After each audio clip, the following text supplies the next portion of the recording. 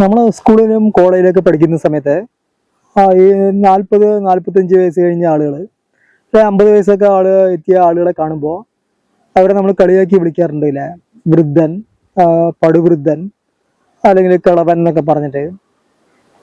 ഇപ്പോൾ കേംബ്രിഡ്ജ് യൂണിവേഴ്സിറ്റിയിൽ പുതിയൊരു റിപ്പോർട്ട് വന്നിട്ടുണ്ട് കേട്ടോ ഏജിനെ കുറിച്ചിട്ട്. സന്തോഷ വാർത്തയാണ്. കേംബ്രിഡ്ജ് യൂണിവേഴ്സിറ്റിയുടെ പുതിയ റിപ്പോർട്ട് പ്രകാരം ഈ ബാല്യം എന്ന് പറയുന്നത് 9 വയസ്സ് വരെയാണ്, അതായത് ഫസ്റ്റ് സ്റ്റേജ് എന്ന് പറയുന്നത്. അതുപോലെ തന്നെ കൗമാരം എന്ന് പറയുന്നത് 10 വയസ്സ് മുതൽ 12 വയസ്സ് വരെയാണ്. 10 വയസ്സ് മുതൽ 32 വയസ്സ് വരെയാണ്. ഓക്കെ, അതായത് യൗവനം എന്ന് പറയുന്നതാണ് 32 വയസ്സ് മുതൽ 66 വയസ്സ് വരെ. ആലോചിച്ച് നോക്ക്.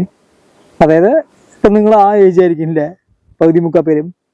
അതായത് ഇപ്പോൾ 80s 90 കിഡ്സുകളൊക്കെ എന്നറിയപ്പെടുന്ന ആളുകൾ ഇപ്പോൾ ആ സ്റ്റേജിലായിരിക്കുന്നു വിചാരിക്കുന്നു.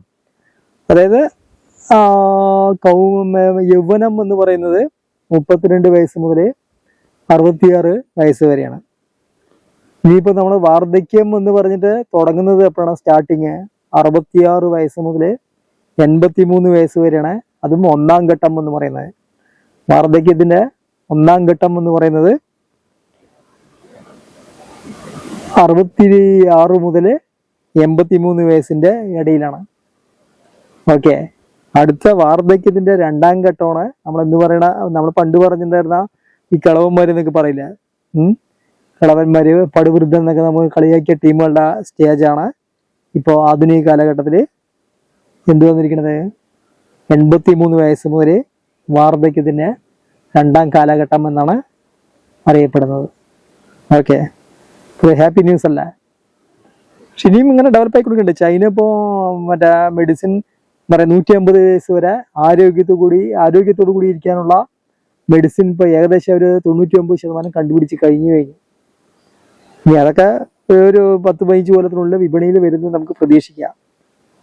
ഇപ്പൊ ആളുകളുടെ ലിവിങ് സ്റ്റൈലൊക്കെ അല്ലേ, ഇതിന് ഒരുപാട് റീസൺ ഉണ്ട്. ഇപ്പൊ പണ്ട് കാലം മുതൽ തന്നെ ആളുകൾ ബ്യൂട്ടി കോൺഷ്യസിന് വളരെയേറെ പ്രാധാന്യം നൽകിയിട്ടുണ്ടായിരുന്നു. ശ്രദ്ധിച്ചിട്ടുണ്ടോ നിങ്ങള്? അതായത് നമ്മളെ പഴയ ഗ്രീക്ക് അല്ലെങ്കിൽ റോമൻ അല്ലെങ്കിൽ ഈജിപ്ഷ്യൻ, ഈ മമ്മി, നമ്മുടെ ഇവിടെ ആണെങ്കിലില്ലേ സിന്ധുവരുടെ സംസ്കാരത്തിന്റെ ആ കാലഘട്ടത്തിലെ എല്ലാം ധാരാളം എവിഡൻസ് എന്ന് പറയുന്നത് ധാരാളം കണ്ടുകിട്ടിയിട്ടുണ്ട്. അതായത് വളരെയേറെ എന്താ പറയാ, ബ്യൂട്ടി കോൺഷ്യസ് വളരെയേറെ ഉണ്ടായിരുന്നൊരു കാലഘട്ടമായിരുന്നു നമ്മുടെ